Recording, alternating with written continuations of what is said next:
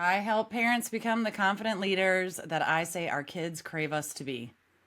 And I've been doing this for Oh, 30 years, and I've worked with kids, just mostly kids, the first 20. But really, I discovered that when we can help the parents and empower the parents and lift them up and validate and acknowledge and affirm the parents, we create confident kids. Welcome to Parenting Teens Today with Jesse LeBeau. hey everybody. Thank you for joining us here. I am here with the infamous, the amazing, the one and only Jaci Finneman. How are you Jazz doing? hands. I'm great, Jesse. Happy to be here. Got a little cold, so I'm a little nasally today, but otherwise, all good. So I'm excited to talk with you about your experiences, talk with you about your journey with your own kids, with your practice, with your background in mental health. When people ask you what it is that you do, what do you say to them? Man, I love that. And I feel like I am on that same journey with you right now. Because for me, it started with going and speaking and sharing my story and meeting lots of people. And then it was like, okay, we need to do more than just a fun day, a fun hour assembly at a school. We need to have a program for them, right? And we need to Yeah. work with them and kind of hold their hand and walk them through finding their passion, writing goals, getting all these life lessons. But then you realize so much of it has to do with what's going on in the home, in their relationship with your parents. So, how did you come to that realization after doing 20 plus years working directly with the kids to being, all right, this is why it's important to work with the parents? Yeah, first of all, I have to say that what you are doing for kids is definitely uber super important, even when we don't have parents on board. And that's exactly why, because you're getting into the schools and you're reaching those kids who maybe don't have a great life at home. And you're giving them that hope and that encouragement and the skills and the belief in themselves. So awesome. Love everything that you do, Jesse. So Thank you. incredibly I really grateful. appreciate that. Yeah, to be connected with you. You are authentic to the core, and I'm all about you. But yeah, so for 20 years as an in-home mental health practitioner, never a therapist, I never wanted to be licensed. I always have had this drive since, little girl helping my mom out at home with, all the kids and the daycare and everything. I wanted to help the parents. I've just felt like anything we can do to encourage them and support them. I don't know why, as a little girl, that was such a big deal for me. But then, as getting into the mental health world and working with kiddos, I just noticed the strain and the stress on the parents. So I was like, oh, if I can put everything into this kid and I can really help them with their behavior and learn some skills to increase their self esteem and do all those things, I'm going to do a ton of good for them, right? But I was learning more and more that in the home, the parents, even when after I would leave, the parents were struggling and the kids were struggling. So I'm like, I got to get into this relationship between the two of them. And so then I started doing some more coaching with parents. But the problem is the system changed. The mental health model went to medical model. And that was back in the early 2000s. And I will tell anybody who is making the rules in the world today, that was one of the biggest disservices we could have done for the mental health field, is to move it to medical model. We need to be able to support not just the child who's struggling, but the parent. And with treatment plans and diagnosing kids in order to get them services, right? We have to give them a mental health diagnosis like ODD, oppositional defiant disorder, anxiety, or depression. We're not okay, that's a part of it, but we need to somehow make sure that we're incorporating the whole family into that, or the parents, the people that are involved into that. And so what ended up happening is that I couldn't see parents or kids, I couldn't see parents without kids being present. Now, I'm trying to coach a parent on how to respond to their child's unwanted or harmful behavior, right? And the kids in the room. And I just did not like that for two very big reasons. Number one, I thought it made the parent look weak and unknowledgeable and unsafe in some situations with kids, right? Yeah. And on the other side of that, I didn't want the kid in there when the mom or the dad was talking about all their frustrations or their anger or their worry about the child. I thought the child cannot be hearing this. So that was really difficult. And it was then I plowed through. I ended up becoming the coordinator for the agency, supporting and coordinating over 80 therapists and and counselors in a 32 county radius. I was driving all over the place. And I thought, why am I working in this system that, yes, has some great benefits, but is not fitting or feeding my passion or my drive?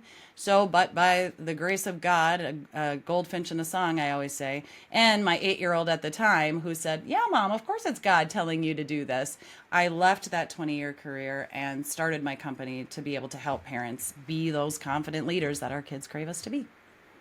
Wow. Yeah, I can't imagine doing that with the kids in the room. That Mm-hmm. has to be just so difficult because, like you said, it's going to make them look like they are weak. They don't know what's going on. They're not going to be able to be open and honest and vulnerable. Be like, yeah, this is what's really struggling with them. So I'm glad that you got out of that and you're able to work with them and have those conversations behind closed doors so there can be more trust and Yeah. honesty. And when you made that transition, and you are able to have these types of conversations with parents, Mm-hmm. what kind of results were you able to see? Was it just astounding, like night and day, or were you still able to do pretty well in the old model? Yeah, I really noticed that. In fact, I think there's way more success with the kids' behavior and the challenges when the parents shift their mindset over what the problem is and even like what their responsibility as the parent is to support their child through the behaviors or the problems or the challenges that they're having. So my model has even changed from when I first left and started this company, which at the time in 2013, when I did start the company's Hello World. The brand is No Problem Parenting. I have shifted. I started working only with families who had kids with attachment disorders, breaks and separation, early life abuse, neglect, medical pain, that kind of stuff. And Yeah. then about 4 years, so I was only working with those families, parents. And then after about 4 years, parents were saying, well, if you can help those parents with really significant, challenging, like rejection of love and attention, and kids who don't respond to traditional parenting, why can't you help me in my day in day out challenges, with my neurotypical kids? And I was like, well, I don't know, because I have a kid too, and I don't know what I'm doing on any given day, and I need advice and support and help as well. But eventually, I entertained the idea of helping any family, and I started doing virtual sessions back in 2016 before it was popular, right? Yeah. Yeah. And then after about a year or two of doing that, I was like, I'm noticing some common themes that I'm saying to every parent, regardless of what their challenges with their kiddos are at home. So I started watching back hundreds of hours of one on one coaching with my families, and I pulled out three common themes. And so, really, what I hope I'm answering your question. I'm kind of going all over, but you said we'd Oh, kind yeah. of We hear the three common themes now. do the dance. Yeah. So I pulled out three common themes, and those were, and literally these three things are a foundation for you as the parent to shift your mindset around your role as the parent. It's not a how to for every specific behavior challenge you're going through, but it's how you can get your poop in a group and get yourself back on track to be the leader that you need to be, and to find the resources or the other things that are going to help and suit your child, right? Their best, their needs. So the three steps are, seek first to understand, why is my child behaving the way they're behaving? And I can tell you that like 90% of the time, it's not the behavior that you're Mm. seeing. It's not the lying, the stealing, the alcohol use, the wet noodle tantrum on the Target, floor or whatever. Yeah. It Yeah. is, there's something else going on underneath there. And so we really need to figure out what is it? Why would they behave the way they're behaving? Something's going on. And why am I, the parent, responding or reacting? Most times it's reacting to my child's behavior. So we got to get to that first. Seek first to understand. Then step Hmm. two, we prepare for the worst. Now, we can't always be prepared. Life throws us curveballs. Our kids most certainly do. But there are those day in and day out challenges that we know are going to happen when we pick them up from school, when we tell them no, when we try to get them to bed at night. That those are the things that we can actually prepare for. And I say look forward to, because when you're prepared Hmm. for it, you can be like, yeah, bring it on. I know how to handle this one. I know how to respond, so that we Yeah. respond instead of react, right? So prepare for the worst, that worst fear, that worst thing that, like, oh, if my kid did that, I'd be so stinking mad. Or I'm so scared my kid is going to do that. Well, think about if that actually happened. Prepare for that. Most times you won't have to even be that as prepared, and it won't happen. But let's just be prepared, so you don't have to be fearing it. You don't have to be frustrated about it. You can be confident in case it does happen. And then step 3 is to change the conversation with our kids. I believe, Jesse, I think we're in the same court here, that we're giving our kids way too much unconditional praise. So Mm, much so that they don't believe it themselves. So that's the caveat there. Like sometimes parents will be like, "What? I thought I was supposed to give my kid unconditional praise." Yes, you are. Not if you have to if you're doing it to convince or to coddle or to pave the way, the smooth path for your child to never fall on their face or never have to pick themselves up or deal with hard things. Then we're doing them a disservice. So I teach about conditional praise, conditional positives, factual positives before we pour on the unconditional. And then I also teach about the difference between empathy and sympathy. We are not to be feeling sorry for our kids all the time. We want to empathize with them, which empowers them instead of making them a victim. wow, it's so good. Do you have something that you call those three things? Is it the That's what I three? call, yeah, it's the 3 steps to becoming a no problem parent. So after I Okay. created those 3 steps, I was like, what am I going to call this? And that's when I was thinking about no problem, how my mom used to say no problem, and she didn't mean no problem like, oh, no problem, I'll take care of that for you, honey. She meant like if I said no, I wasn't going to do something, she'd say, oh, no problem. And that meant, uh-oh, mom's going to handle it and it's probably not going to be in my best interest, or it's probably not going to be something I'm going to be happy about. So I thought, I'm going to look up the word problem. What does problem mean? If you look it up in the dictionary, a problem is a matter or a situation that is unwelcome or harmful and needing to be dealt with and overcome. And so I was like, Mm. all right, I get this. We're turning this into no problem. So any problem that you have out there, parents, in today's world, in your living room, in your school, in your what, any problem can be turned into a no problem. And my 3 steps are the foundation to help you get there. So here at No Problem Parenting, that's what we do. I We love turn it. I love any it. problem into no problem. I love it. The one that stood out to me there at the end when you said empathy over sympathy.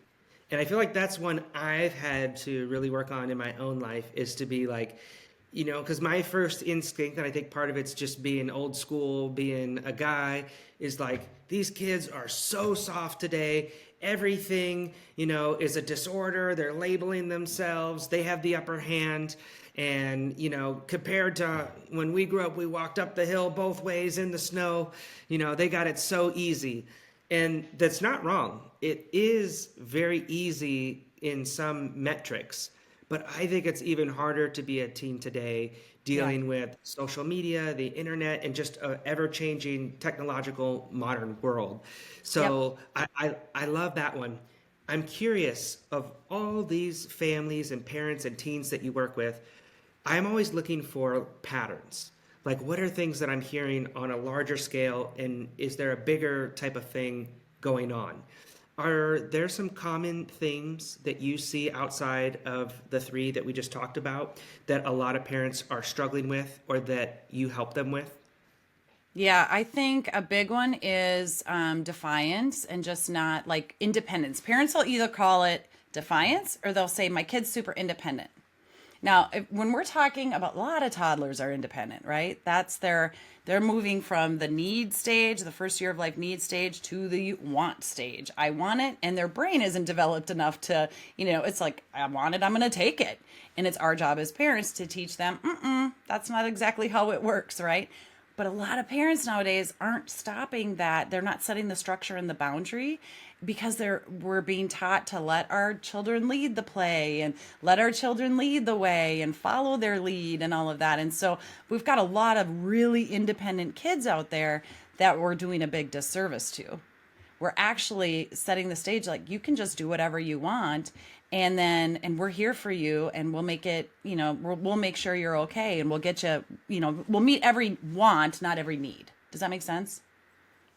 Yeah, yeah, definitely. It does feel sometimes to me like the children how do they say it? The inmates are running the asylum. Do you feel like there's too much labeling going on today when it comes to whatever it is, ADHD, OCD, ODD? Do we over prescribe these labels today, or do kids over prescribe them? What say you on that? Oh my gosh, that's a loaded question. It's a yes and a no. I think diagnoses are super beneficial when we've tried a lot of different things. We don't have an answer. We don't know what it is. We need to go. It's like you wouldn't want the doctor to treat you for heart disease when you have cancer. But Yep. in, right, you need to know specifics. So I don't want a child to be treated or taken care of for oppositional defiant disorder when they actually have reactive attachment disorder. That's a big one. And a lot of times we won't diagnose reactive attachment disorder because that specific diagnosis, the break in attachment has to be before the first 3 years, and really the first two years, or in utero. And so oftentimes they won't diagnose it at 10, when if they were treating that diagnosis better, or like for if they were treating the child for that diagnosis, that would help that child and family way more than if they're just treating them for oppositional defiant disorder. But as far as labeling, just to I think labeling in general has often turned from just like discovering what the needs of the child is to an excuse almost sometimes.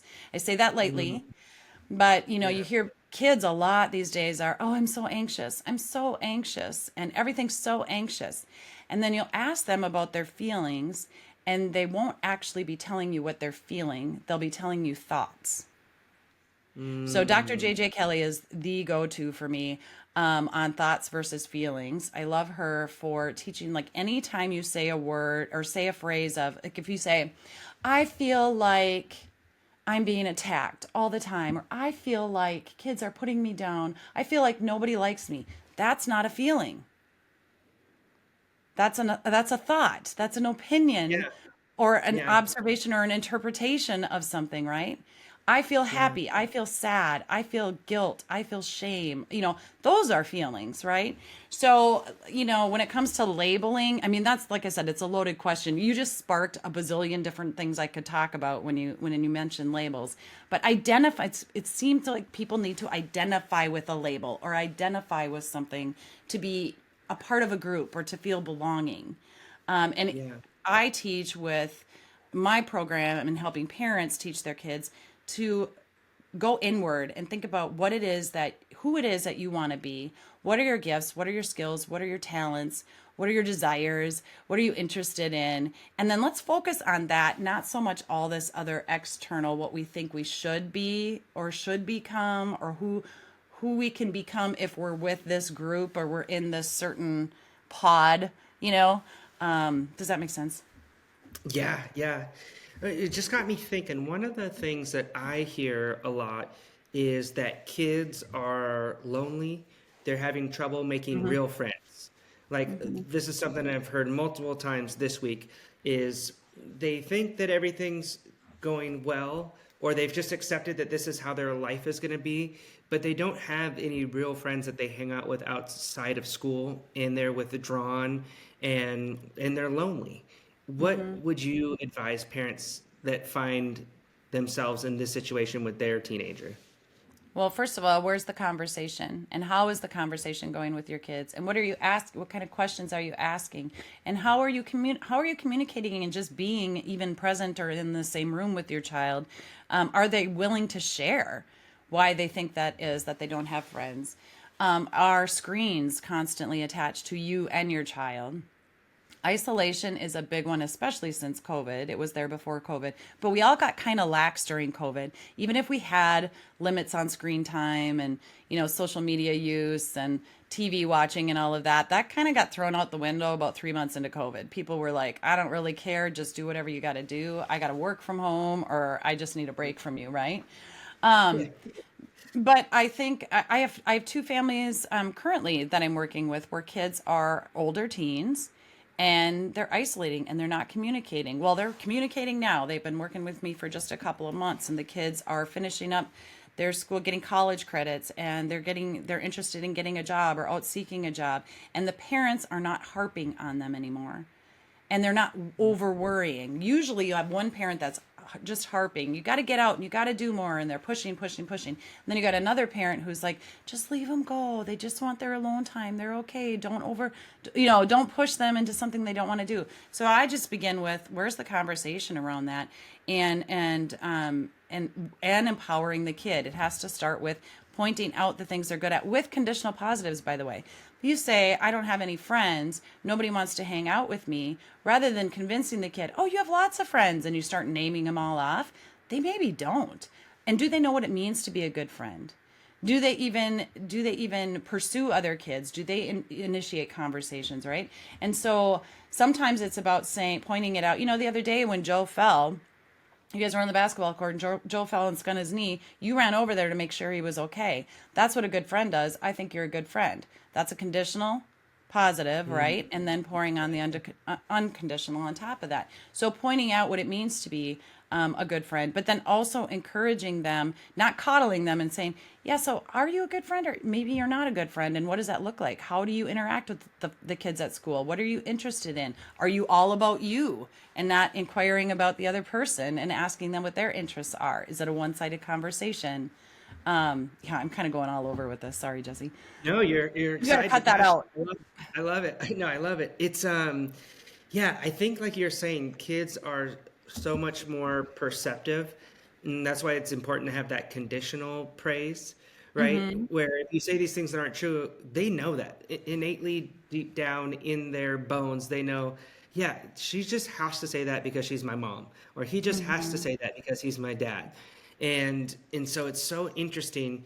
I am curious about the type of parent who is so worried and pressuring them that they aren't going to be able to get into that school, that they aren't doing enough, their grades aren't high enough.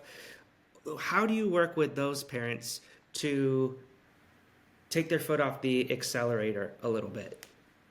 Yeah, it's interesting when our kids are little, that toddler age, we cannot wait for them to be able to wipe their own butt and buckle their own car seat and tie their own shoes and do all the things. And then as they hit the pre-teen years and the teen years, we start to pull in the reins, and we're like, oh, no, you can't go with that kid because we don't know their parents. And, oh, no, you can't stay out that late because you have this, that, or the other tomorrow. And no, you can't have that phone, or you can't have that social media app, it's a bunch of no's, when that's the age we should be pushing them towards all those things. We should be encouraging them to do all the scary things with guidance and caution and some boundaries, right? But we need to be more encouraging and building them up like, you can do that. Oh, I'm excited for you to try that. I can't wait for you to go. And that begins on the monkey bars on the playground. Instead of saying, get down from there, it's too high, go higher. You're there, you're right there. So, you're not leaving the kid to climb, 10 feet high when you're not around. But that's the kind of thing where we need to be encouraging and empowering our kids, because that's where confidence is built and not anxiety. I think anxiety is through the roof. I mean, with all the supports we have in this world, anxiety is through the roof. And I think the number one common denominator of that are hovering and worried parents. Easier said than done, but I agree. There's definitely It an isn't epidemic easy. of kids.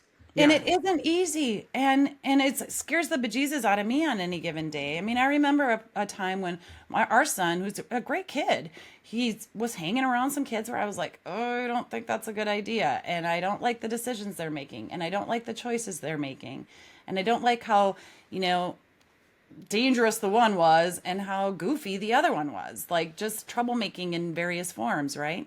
I could have said, no, Andrew, you can't hang out with those kids. But I didn't. I said, geez, Andrew, I'm sure hopeful that when you're hanging out with X, Y, or Z, that some of you wears off on them. Because I know that my kid is a good influencer. And I believe that in him. And he can screw up. He has screwed up. He's not perfect. He's made mistakes, all of which he could recover from And all of which I'm super glad that he made in the comfort of our home with our guidance as a teenager, because it decreases the odds that he's going to make even bigger mistakes when he leaves the nest. Well, he's left the nest, but like, so Yeah. it's the messaging that we're sending our kids.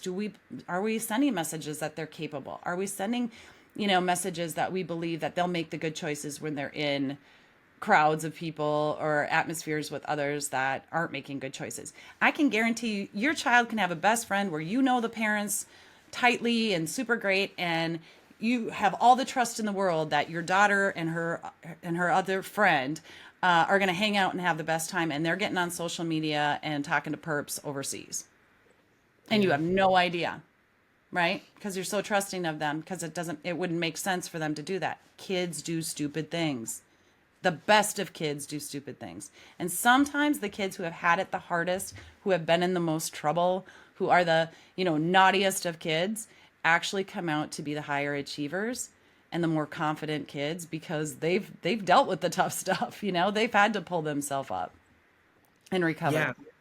Yeah, you're really preparing them. You're really preparing them for life as an adult where they can stand on their own 2 feet and they don't Hmm. need the hovering mom, the hovering dad to be there to protect them every Hmm. step as they're going through life. And the only way to do that is to go out and experience these things and fall and be like, oh, that hurt. I didn't like that. Oh, I got a scratch. Oh, I need a band-aid.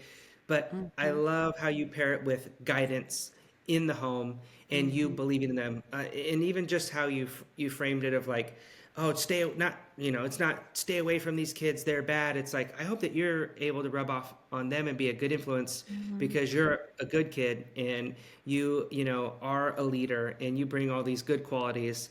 And I'd hope that that is the more predominant factor in your guys' relationship. I Yeah. think that is it's very intentional. It is. It is. And I think a big reason why I came to that way of parenting myself is the experiences that I had working with kids on that attachment spectrum, we'll call it, who were often the bullies. Give me a bully any day. Those are my jam. I want those bullies. There is a reason. Again, 90% of the behavior is not the root of is not the real reason. Like just reprimanding a kid or giving them more consequences, or that's no, no, no. Let's get to the root of why are they even behaving the way they feel or the way they are. And often the bullies are behaving the way they are because they feel rejection, they feel pain, and they want other people to feel the same kind of pain and hurt that they feel.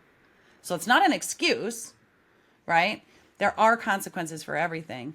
But I think we've got it kind of wrong and backwards a little bit on how we are responding to both the bully and the child who's been bullied. We're coddling the victim and we're separating and pushing away the perpetrator. And there is a middle ground for both. And I teach parents how to do that in whatever scale they're dealing with in their home with the behaviors. I teach you how to come to kind of that middle ground. Whether you're the drill sergeant parent or you're the helicopter or the lawnmower parent, I'm going to help you Yeah. figure out how to kind of meet in the middle and be that confident leader and empower your kids. Yeah, it's that hurt people, right? Isn't it so funny with the bullies? And when you look at it, so often those people that are having a hard time and are bullying, like you said, who are your jam, it's like, yeah, if you knew what was going on in their life, in their home, it Hmm. almost always is. There's something bigger, and you're like, oh, well, now I just feel bad for you, even though I'm the person you're bullying. I get why you're doing it, Yeah. And and I tell bullies too that when I and I don't even like the word bully and I'm using it so much today. But kids who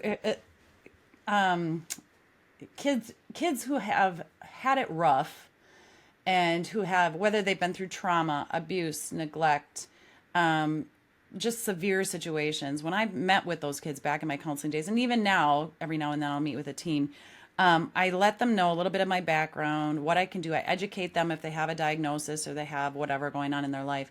And then I say, and I will I always want to make sure that I promise them one thing. And that is that I promise you, kiddo, I will never feel sorry for you. And then I pause. And what do you think the response is from that kid? Like, well, that's kind of mean. Yeah. And look Yeah. at me Like, like, you don't care why about wouldn't me? you feel sorry for me?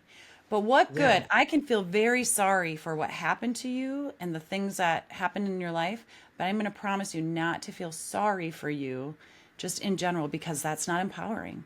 That's going to keep you in that story and in that situation, that thing that happened to you, and that is not who you are, nor who you will Yeah. become, right? There's Yeah. something to be taught out of that. And I'm saying this, it can sound like I'm saying it lightly, but I'm truly not. I've seen some horrific things. And honestly, a lot of the kiddos that I've served that have been abused and neglected and through trauma and loss, just tragic loss, have grown to be some of the most incredible, empathetic and understanding and just high achieving people. And some of the kiddos that have been indulged, spoiled, have Yep. never had a need, or want for anything, have grown up and they hit college and they bomb out and they're just lost and they don't know what to do because all Yeah. along they've just never really had to work on anything for themselves, right? They've always had somebody there paving the way or making things easier on them. Yeah, yeah. And in turn, it's hurting them more than it's helping them. It's a Yeah. little counterintuitive, but isn't that funny? I see the same thing.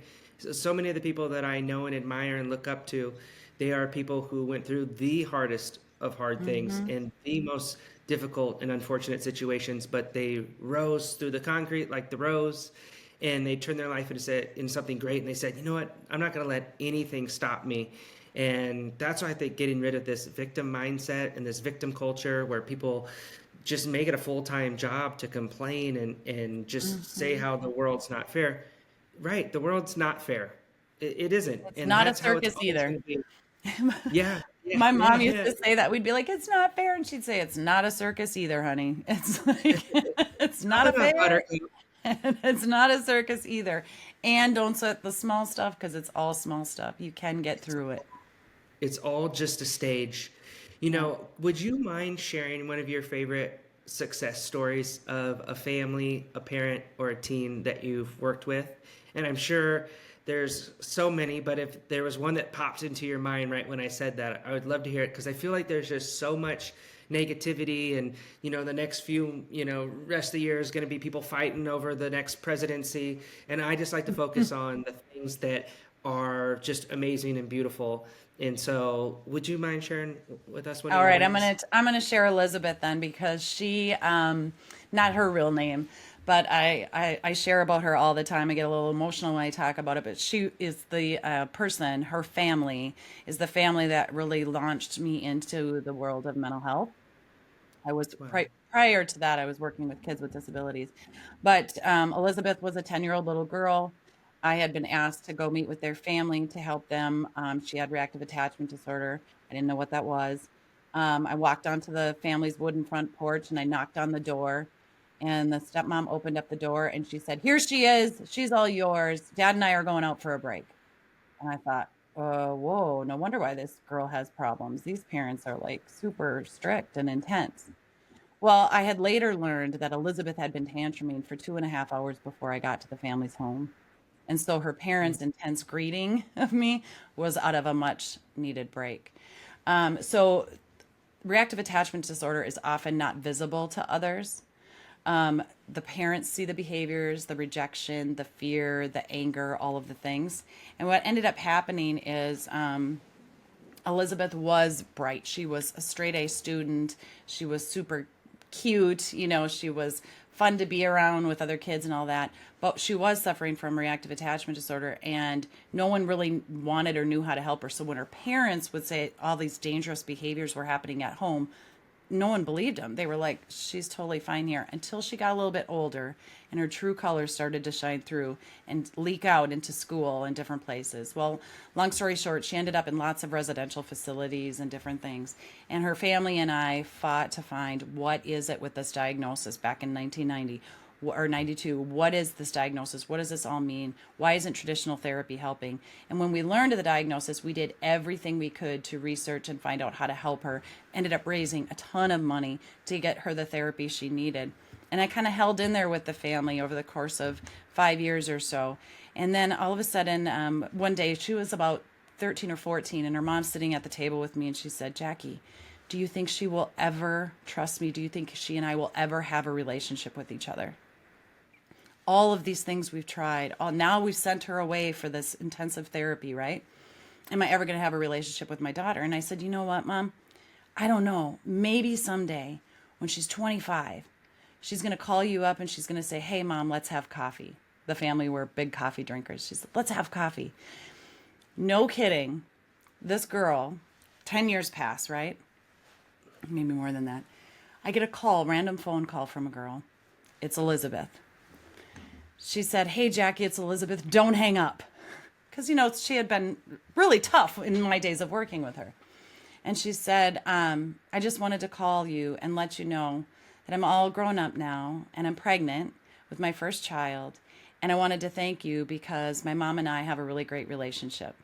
And you were the catalyst. You were one of those people that stuck in there with us, even though at the time it seemed like nothing was working. No one was reaching me.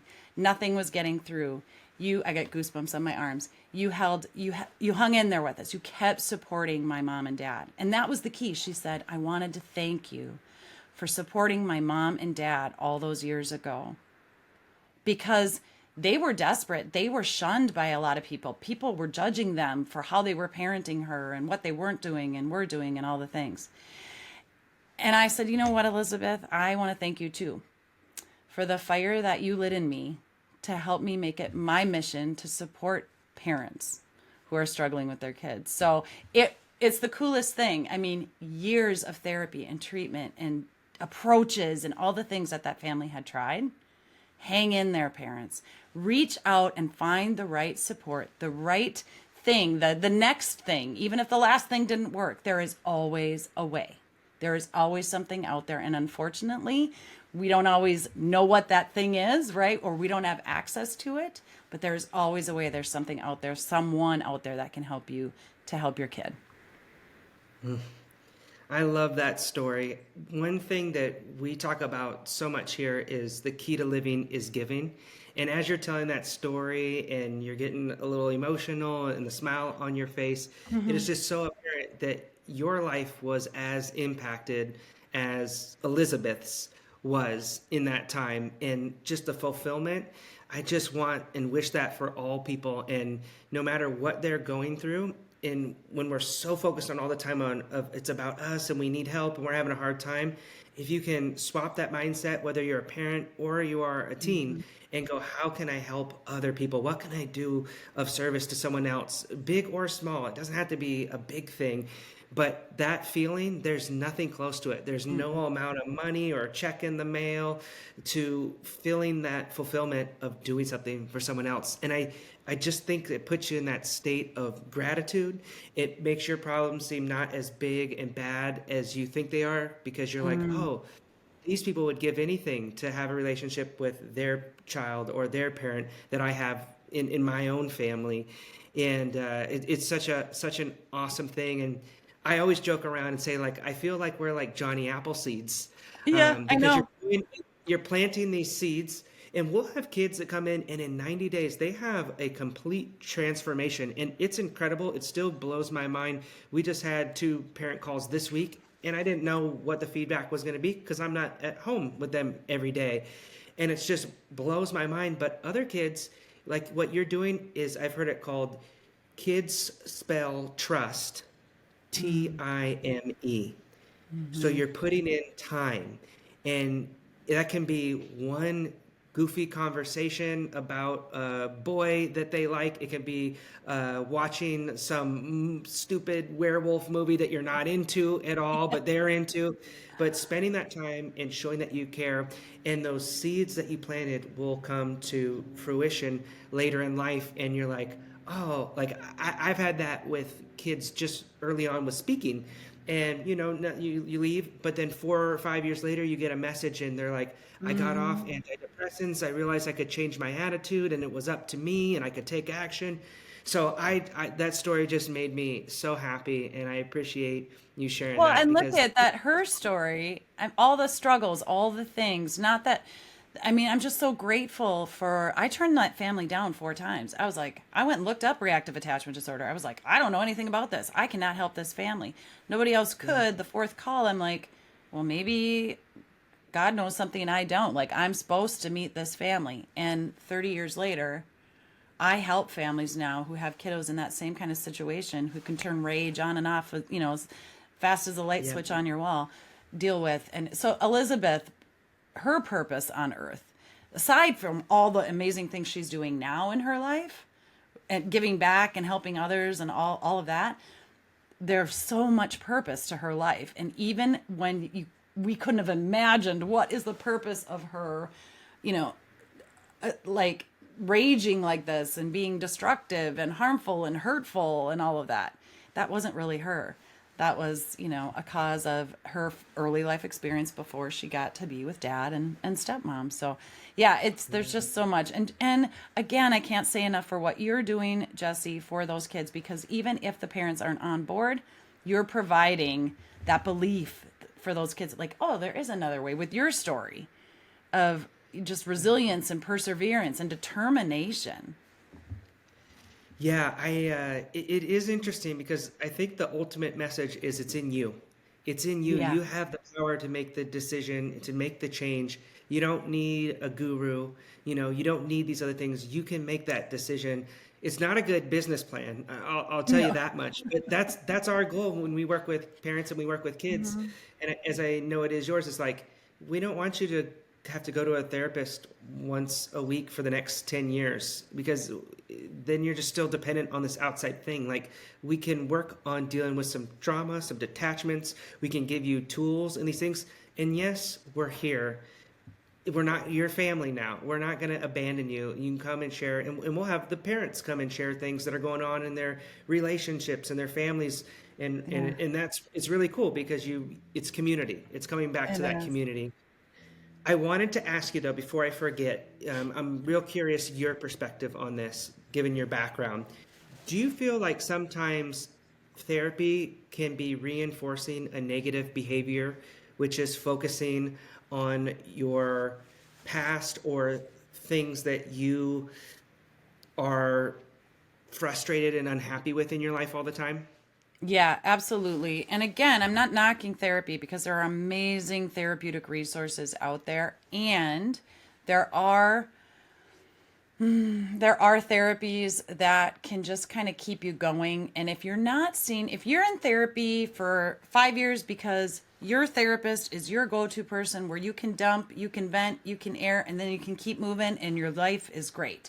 And that, more power to you. That's absolutely wonderful. That's the kind of therapist you want to have. They're there because you know what you want out of it and you're getting what you want out of it and life is good.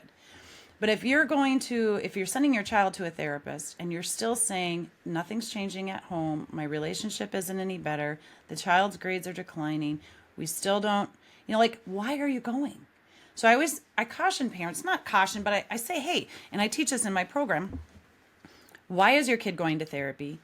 What is the therapy your child needs? What does the child expect to get out of therapy? Do they know what therapy is and what it's for and why they're going? Families that get divorced, they'll say to their child, the divorce is not your fault. And the child, and I've had more than one kiddo say this in a session before, in a meeting before, then why am I the one in therapy? Because parents will get divorced and they feel bad and they don't know how to talk to their kids and they're feeling like, well, their kids are sad. Well, of course they're sad, and they're having this guilt. And now maybe the child's not doing well in school. So then the parents send the child to therapy. Did the child want to go to therapy? Does the child know why they're there? So yes, again, many answers to that question. But I also, I think the most powerful example I can give you is of a 4-year-old that I knew who was in play therapy after experiencing quite a bit of trauma. Now, as you know, littles can't always verbalize what they're thinking or what they're feeling. And that's true if your trauma was in that first 3 years of life or earlier. Even when you're 10 or 12 or 14, you can't verbalize exactly because when the trauma happened to you, it was pre-verbal memory, right?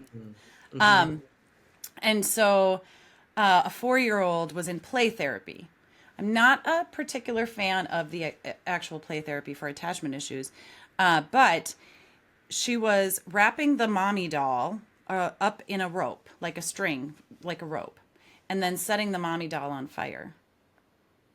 That was very telling for that therapist, right? Like, okay, this girl's got some really dark feelings about mom. There's got to be some trust or attachment issues in there.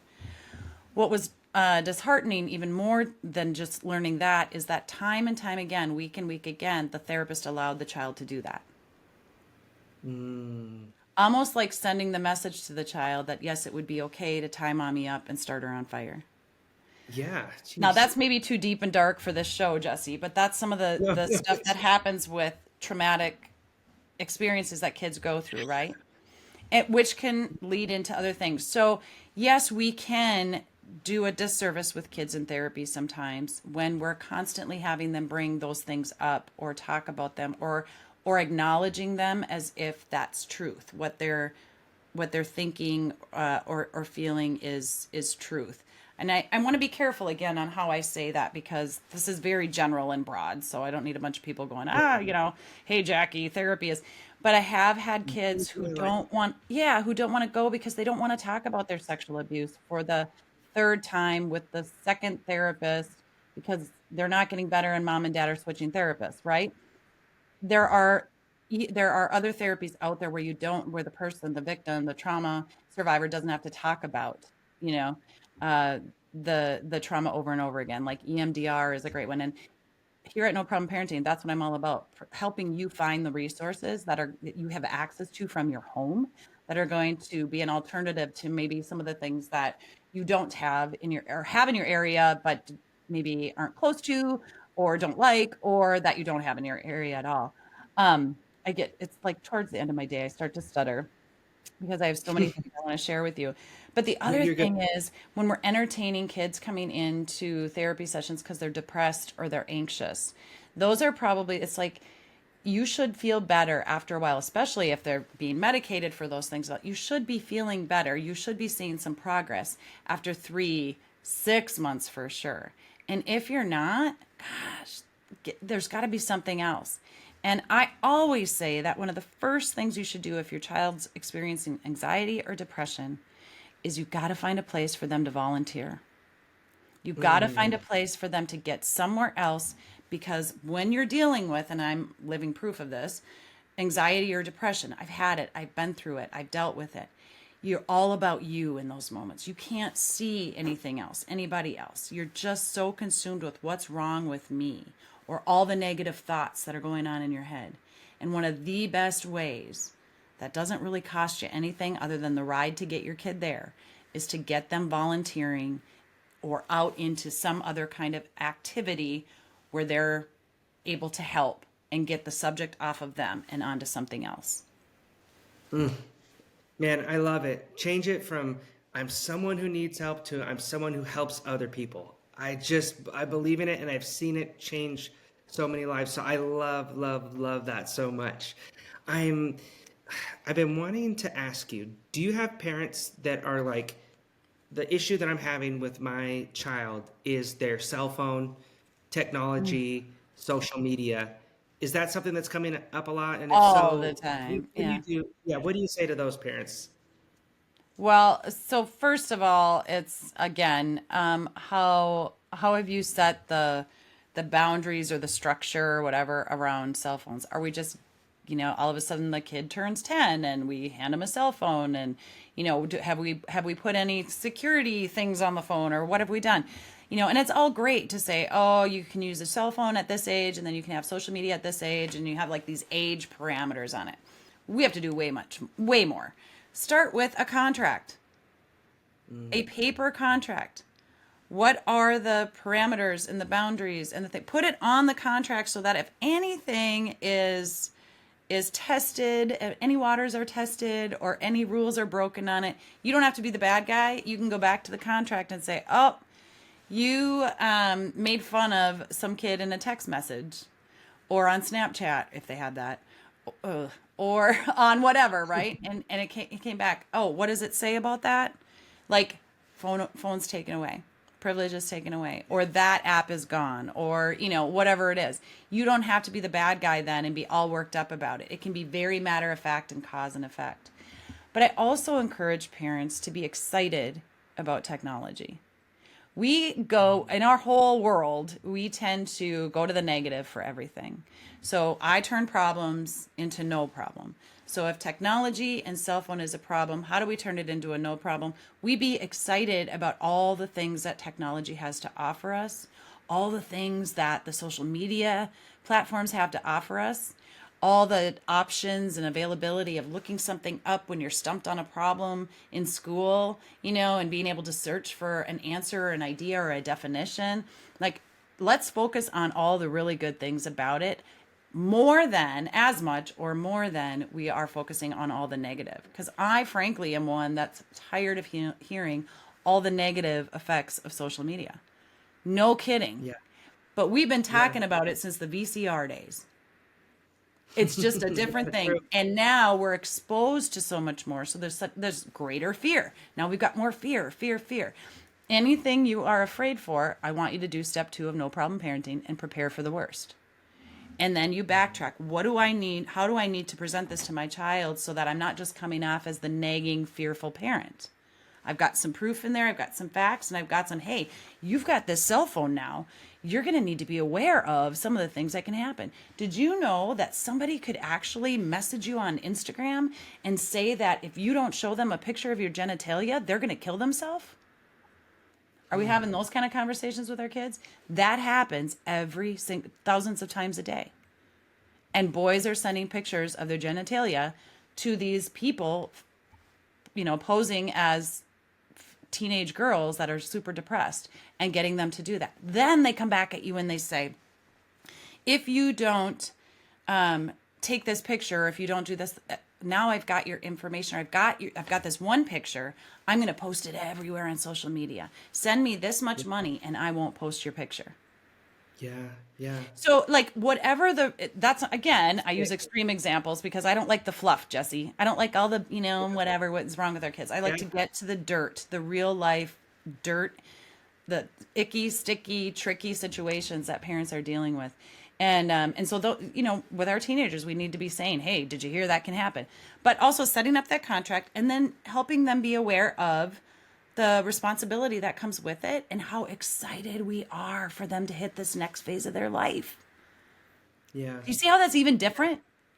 Yeah. The framing of it is so much more positive, upbeat. And this is a great thing. Of course, there's going to be systems around it. There's going to be guidelines. We're going to come up with rules together. There's going to be a contract because that's how everything works in life. But this is going to be really awesome. And as long as you follow the rules and do all the right things and aren't using it to waste your time or hurt yourself or other people, then this can be an awesome tool for you. Like anything else in no problem parenting, as long as it doesn't become a wedge in our relationship, we're good.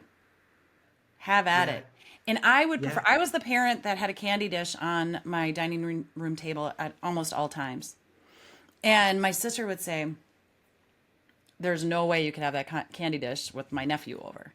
And I said, well, my candy dish is on my table. So when he comes over, like it's there. So he might get too much sugar if he decides to hoard it or, gouge it or whatever. But I think he'll figure it out then. He might get a tummy ache. I would not remove that candy dish. And we taught our son, how does your stomach feel when you eat too much candy? So, all growing up, I never had to worry about him overindulging in any of that stuff. It was get enough till you feel full or enough until, your tummy doesn't hurt or enough to appease you in that moment. But often the more we restrict stuff, the more the kids want it. And that's true with us adults. And the more fear we put around it, the more enticing it is to want to learn more. That's true. Yeah. Look at our whole world right now. Everybody's looking at the fear-based headlines before the feel-good headlines. So I say, let's lead with giving the kids the opportunity to figure some things out themselves. And again, social media, you got to have parameters. You got to have guidelines, especially depending on what age you're letting your kids have those. Start with a dumb phone, work up to the smartphone.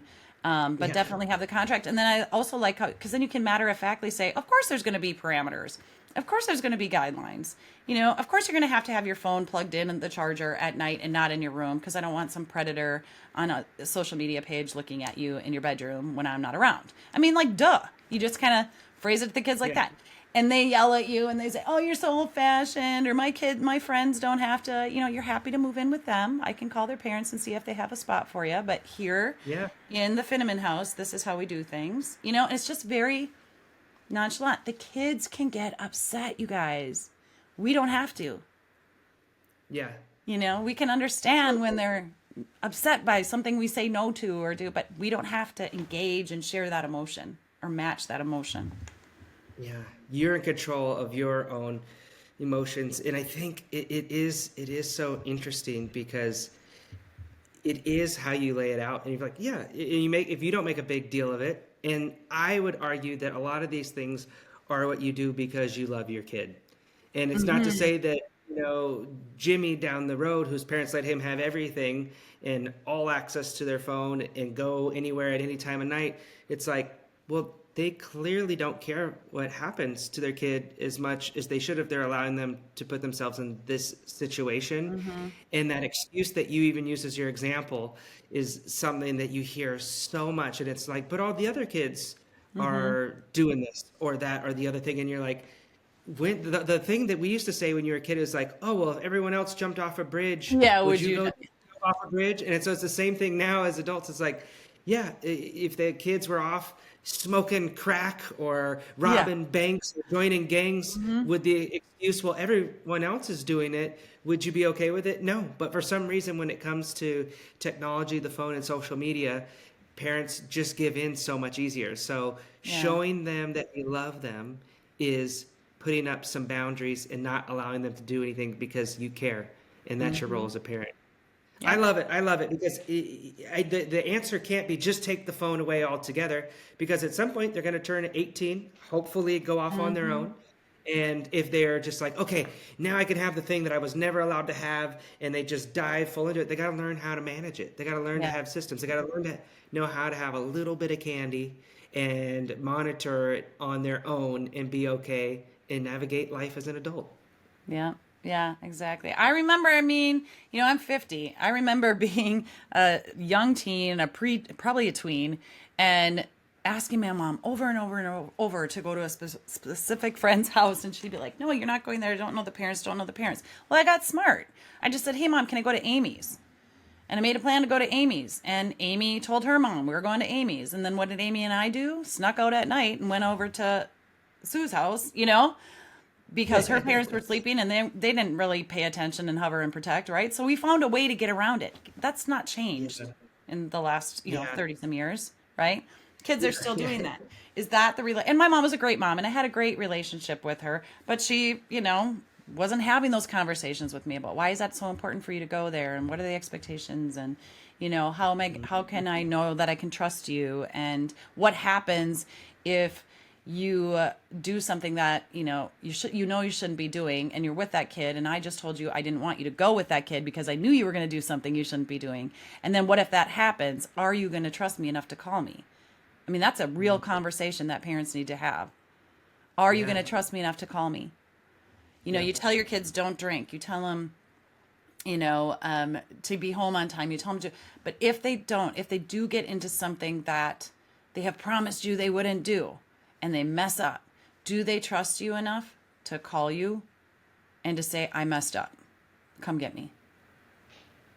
Yeah, those courageous conversations need to be had beforehand. Yes.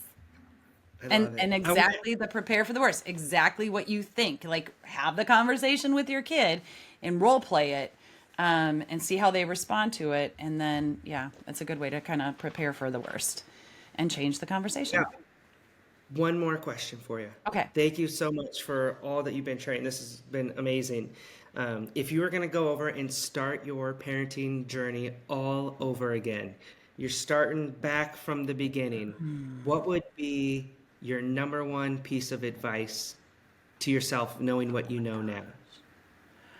To myself, I was going to say the number one thing I wouldn't do again is a stupid timer for timeouts. Throw those out the window. But for me, I would just say, don't worry about what the other parents are saying. Stay true to yourself. I think in the early years, especially when my son was younger, I was wanting to do it all right. And I was watching what other parents were doing, what they had for their kids, the opportunities they were giving their kids, the things. And I think I was in the early years, I was thinking, I need to be doing that. I need to be doing that. I need to be doing that. And it was probably our son's middle age years where I was like, I'm done with this. We have our own morals and values and beliefs in our home, and his friends and families and all the school people and it have theirs. And I don't need to buy into all of that or jump on board with all of that. I can stay true to our family's values, beliefs, and morals and raise our son this way. You are giving your kids a foundation. They can choose later on in life which direction they want to go. And so that's what I would say to myself is don't be so hard on yourself in those early years to get it right and to do it like everybody else is doing it. Stay true to Yeah. yourself, as old fashioned as you might be, or as bass backwards as you might be, as I normally am. I'm quirky and I do non traditional things and crazy, you know, awesome, fun things that parents think are sometimes odd or weird or whatever. And I think my relationship with my kid has thrived because of that. I wasn't just the straight laced, got to do it this way, or, Yeah. don't ever do that. And we were, so yeah, just, I would say not be too hard on yourself and be confident. So good. Oh man, I love it. I think that's so relatable because that's something with kids I talk about, especially like middle school age, but high school too. And it's like they're so worried about what everyone thinks about them, right? It's like, what am I wearing? The pimple on my face. And you're Hmm. like, hey, all those people over there, maybe they think about you a little bit, but they're mostly just worried about what you're thinking about them. And so Yes. everyone's in their own little narcissistic loop bubble. And I always laugh and I go, guess what, guys? It's the same thing for adults. It never goes away. The cars we drive, the watches we Hmm. wear, the places we live, the person you date or marry, it's like we're all just big kids worrying about what everyone thinks about us. And the happiest people I know are the people that care the least amount, truly, Hmm. what other people think about them. So I think that's such a good piece of advice for parenting and for life, for young, for old, and for everyone. Jackie, Yeah, where can everyone come to listen to your podcast? You're having awesome, amazing guests. I say like that because you. I was on there. Yeah. And also, No Problem Parenting. Where's the best place for everyone to go check out all of your stuff? Everything is at noproblemparents.com. So parents with an S. You can find me on all the socials at No Problem Parents. And the podcast is the podcast is No Problem Parenting. And yeah, I've had over 200 guests. I think we're close to 300 episodes. And I'm providing my own tips and tools and resources on there, but also amazing resources like yours, Jesse, where I want to bring resources that are going to help parents become confident leaders, but also like approaches and those different types of therapies I was talking about, or books, or self-care, motivation, inspiration for parents themselves, because we got to fill our cup first. And a lot of 100%. parents have a hard time doing that, but we need to fill our cup Yep. first. So sharing all the resources and things on the No Problem Parenting podcast. Awesome. Yay. Well, we'll make sure that we put it below. Everyone, go check it out. Jackie is amazing. And we're just so excited that you were able to join us today. So thank you again. Thanks so much, Jesse.